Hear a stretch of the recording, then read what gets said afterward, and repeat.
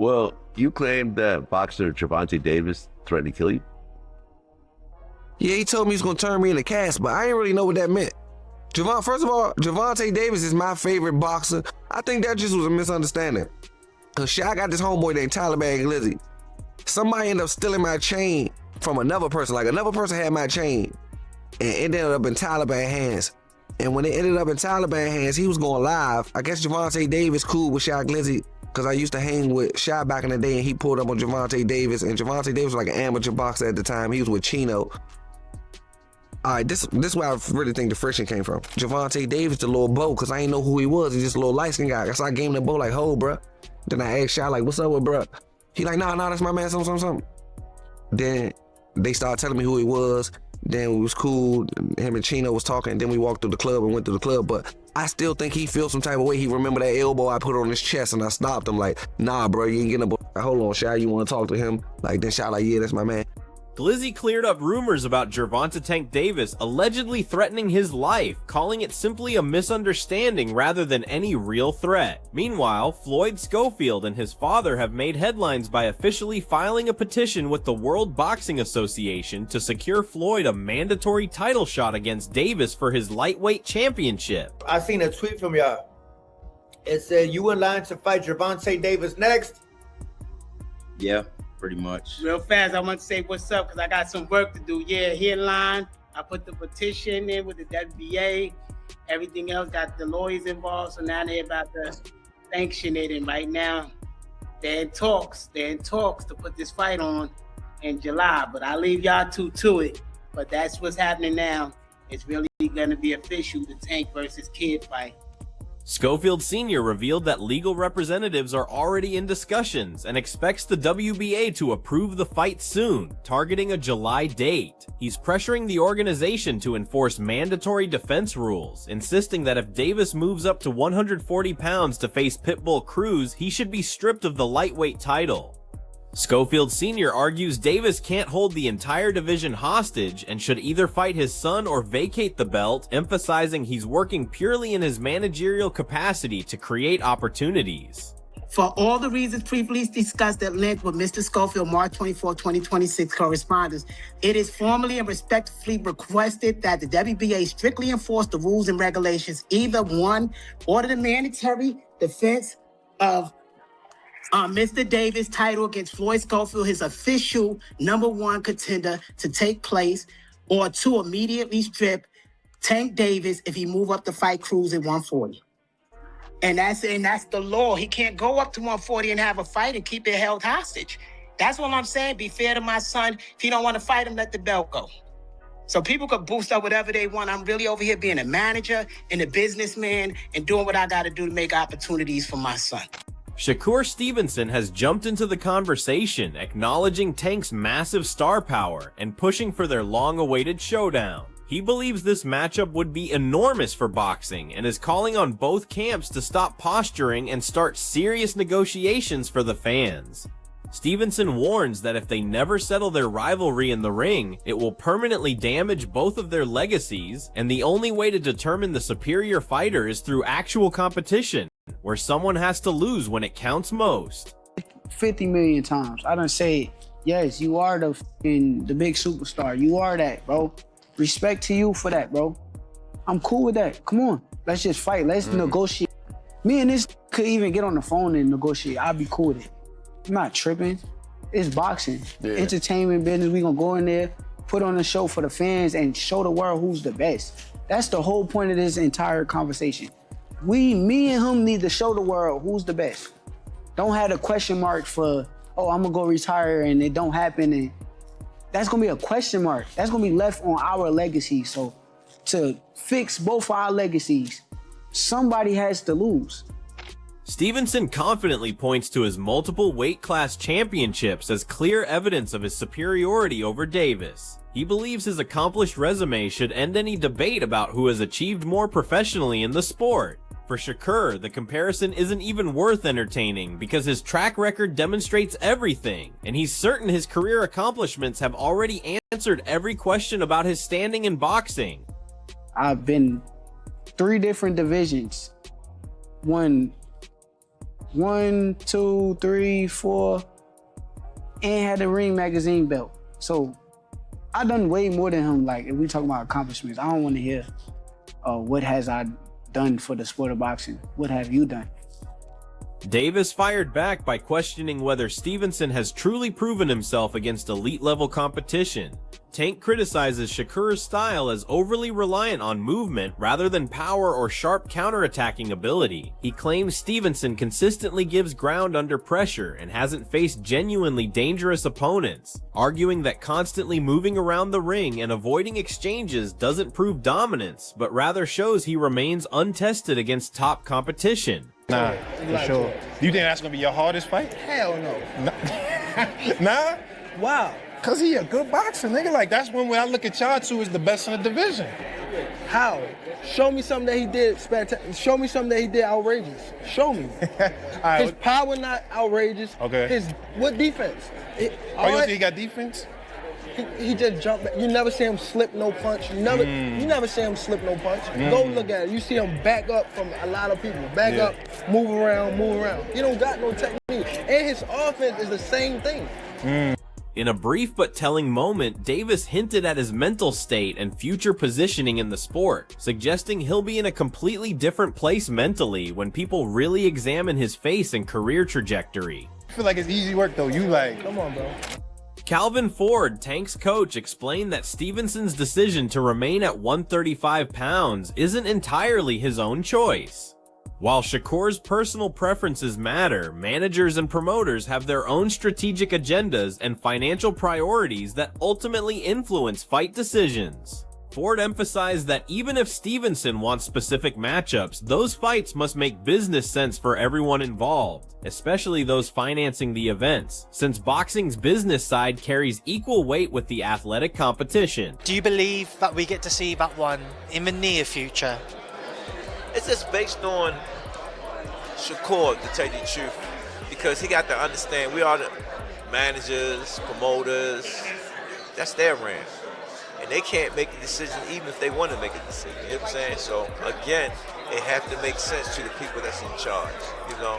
Then when you get with the people that's in charge of the money situation, it gotta make sense for everybody winning.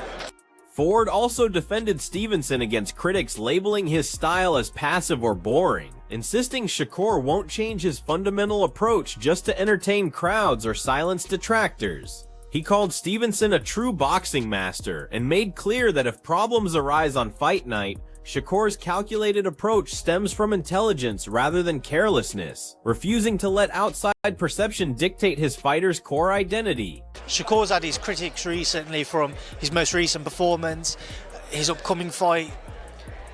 What have you made of those critics and those who maybe aren't a fan of his style? Well, Shakur said he's gonna be Shakur. He said if it's gonna be boring, it's gonna be boring. And it's in his mind.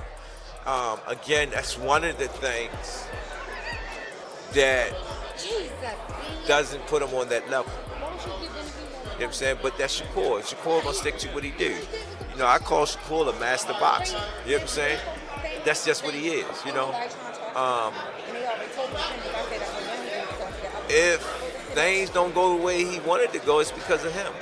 Davis has already developed a detailed strategy for defeating Stevenson, planning to neutralize Shakur's defensive skills, disrupt his distance management, and completely break his fighting rhythm. Tank wants to transform their potential bout into a grinding war of attrition, wearing Stevenson down over multiple rounds before seizing complete control. He's studied Shakur's reactions in various situations and believes mental toughness will ultimately determine the winner, viewing the fight as much about breaking Stevenson's willpower as his physical resistance. If you could paint a picture of how this fight would look from beginning to end, what do you envision this fight looking like?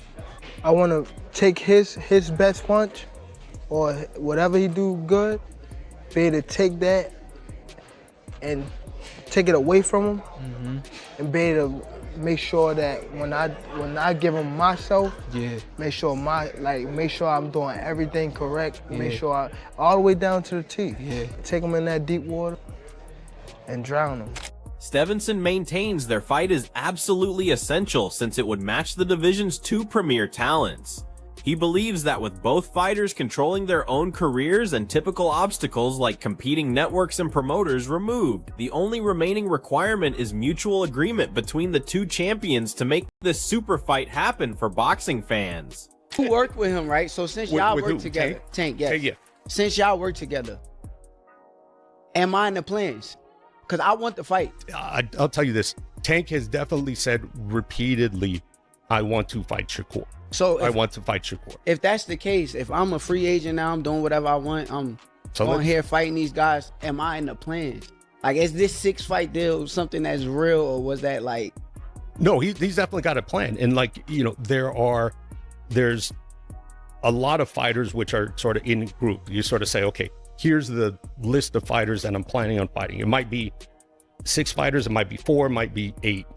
But when you lay out a plan like that, a deal like that, you know, it's sort of like, okay, sometimes it's like 8 fighters, even though it's 6 fights, because not everybody's available all the time. So Shakur is definitely in that plan. Okay. You know, and I'm there, so it's gonna happen. If 2 fighters say, let's fight, I think the business of boxing shouldn't get in the way. Like, I think the fighters should be able to get in the ring with each other and fight each other. So that's how I feel. Like, just like even with this guy, my guy Stephen Espinoza, he works with Tank. If Tank said, yo, let's fight, and I said, let's fight, it should be just, let's fight, and we should make it happen. It shouldn't be nothing else surrounding that situation and not making the fight happen. Shakur made his position crystal clear regarding Tank's knockout victories over other opponents, stating those results don't change his fundamental belief that he can defeat Davis. He claims that deep down, Tank knows he can't win their potential matchup. Stevenson's message was direct and uncompromising, telling Davis to send over the contract and he'll sign it immediately, while challenging Tank to stop acting fake and simply agree to fight. Fighter, I mean, look at him. He fighting pay-per-view, knocking these dudes out. That don't take away the fact that I can beat this dude. It don't take away from the fact that this dude know he can't beat. Tell him to send the contract over, or we send the contract to him. However it go, tell him to fight me. That dude get to feeling himself and feeling like he's something that he's not in. And to the world, he look like a killer, but I can't wait. I'm gonna expose him. I promise you, I'm gonna expose him. I'll be the person that he going there, he not gonna knock out. He not gonna hurt. He gotta go 12 rounds with somebody and somebody gonna be beating him. He ain't gonna like that shit. That shit gonna mess with his heart. That shit gonna f his head, watch. Kenny Ellis and Calvin Ford completely reject the notion that Stevenson can control the pace or systematically break down Davis in their potential fight. They insist Tank won't get drawn into anyone else's strategic game plan and will fight exclusively on his own terms. Regardless of Stevenson's undeniable skills, they firmly believe Davis will dictate the fight's tempo and style from the opening bell to the final round. If you don't get touched, I'll never ever train fighters again. I ain't seen him fight nobody that was a killer already. And everybody he fought touched him. Everybody he fought touched him. Let's really look at when you talk about them guys. Who did they fight with that next to killer? You get what I'm saying? You feel what I'm saying? I feel what you're saying. How behind Bob Arm too, because he's not gonna let that shit happen. I just don't pay attention to them. When they start fighting, first, of course you're gonna want to fight Tank. They know Tank is the best right now. Tim Bradley considers Shakur Stevenson the world's best pure boxer currently, ranking him above Devin Haney and Ryan Garcia in technical ability. He points to Stevenson's world championships across 4 different weight divisions and notes he's statistically the least hit active fighter. While Bradley acknowledges Shakur isn't a 2-time undisputed champion like Usyk or Inoue, he believes Stevenson's defensive mastery, ring intelligence, and overall boxing skill set him apart from contemporary competition. Stevenson stands at the top. Ain't afraid of no damn Devin Haney, nor he's afraid of any, especially Ryan Garcia. Shakur Stevenson is the best fighter in the world. Yeah, I mean, he ain't got the accolades as a Usyk and undisputed, all that shit. No, he ain't got all of that. No. You know, Inoue and all the Inoue did in the lower weight classes. No, he ain't done none of that. You know, but he is a 4th division world champion. He is. And he the best fighter in the world. Yeah. he gets touched the least. Out of any fighter in the world, he gets touched the least. He the best fighter in the world, period. Greg Hackett dismissed suggestions that elite fighters would intentionally avoid challenging stylists like Stevenson, arguing that premium matchups between the sport's best talents are exactly what boxing needs for both entertainment value and credibility. However, Hackett acknowledged that fighters have legitimate rights to make their own business decisions, even when those choices leave fans and the division's future uncertain, noting the growing disconnect between fan expectations and fighter willingness remains a significant problem. Yeah, he's saying he'll never fight Shakur, that he ain't gonna do him no favors, that he ain't gonna help him make no money because Shakur broke or something like that. Something along those lines. Yeah, I don't get all that. That's, you know what I mean, that's against the game. Like, you know what I mean? You at least owe that fight for the game. You know what I mean? You owe the rematch to Lamont for the game. But you owe Shakur for the game just because of the two style matchups. You know what I mean? But if he feel like he don't gotta fight him, guess what? We can't sit here and just go crazy about it. But it is kind of crazy. It is kind of corny. You know what I'm saying? If he not gonna fight Shakur, and if he's standing on it like, I'm not ever gonna fight you, I'm not doing you no favors, and all right. But then again, you know what? I don't know what them guys got going on. I don't know what they've been through personally. You know what I'm saying? But would I love to see that fight? Hackett also recognized that external business pressures create real burdens for professional fighters who face constant expectations to stay active and continue competing. He suggested Davis might be reaching a point where his priorities are shifting as he tries balancing career demands with personal life considerations, emphasizing this often overlooked aspect of fighter decision-making is completely understandable and fair. And I don't mean the people that, you know, that you came up with. I'm talking about these people in business. You know what I'm saying? They always thinking of a new idea, something for you new to do. You try to keep you fresh and this and that, keep your name hot. You got to stay in the algorithms. You know, it's just a lot of pressure on fighters. And I feel like Tank being at, what is he, 30 years old? And you got kids. See, what people forget about is it come a time in a man's life where he just wants to slow down. You know what I'm saying? We can't all run around like we used to back in the day. I mean, that's tough to do. Sometimes you just want to sit down, enjoy your fruits, and I feel like that could be what he's going through. He want to just enjoy the fruits of his labor and enjoy life. And people don't want to hear that because they feel like you got more work to do. Andre Ward has publicly celebrated Stevenson's exceptional talent and unwavering dedication to boxing excellence. He praised Shakur as a genuine student of the sport, who continuously learns and maintains complete commitment to improvement. Ward specifically highlighted Stevenson's training discipline, explaining this dedication is precisely why he possesses such tremendous potential for future boxing greatness. You know, I think he had a lot of stuff he could have did, but he's so talented and gifted, man. You know, you also got to trust what he's seeing in there. You know, we on the outside, you know. But I think he put on a tremendous performance, and obviously, you know, the level he's at, you always look for things he could do better.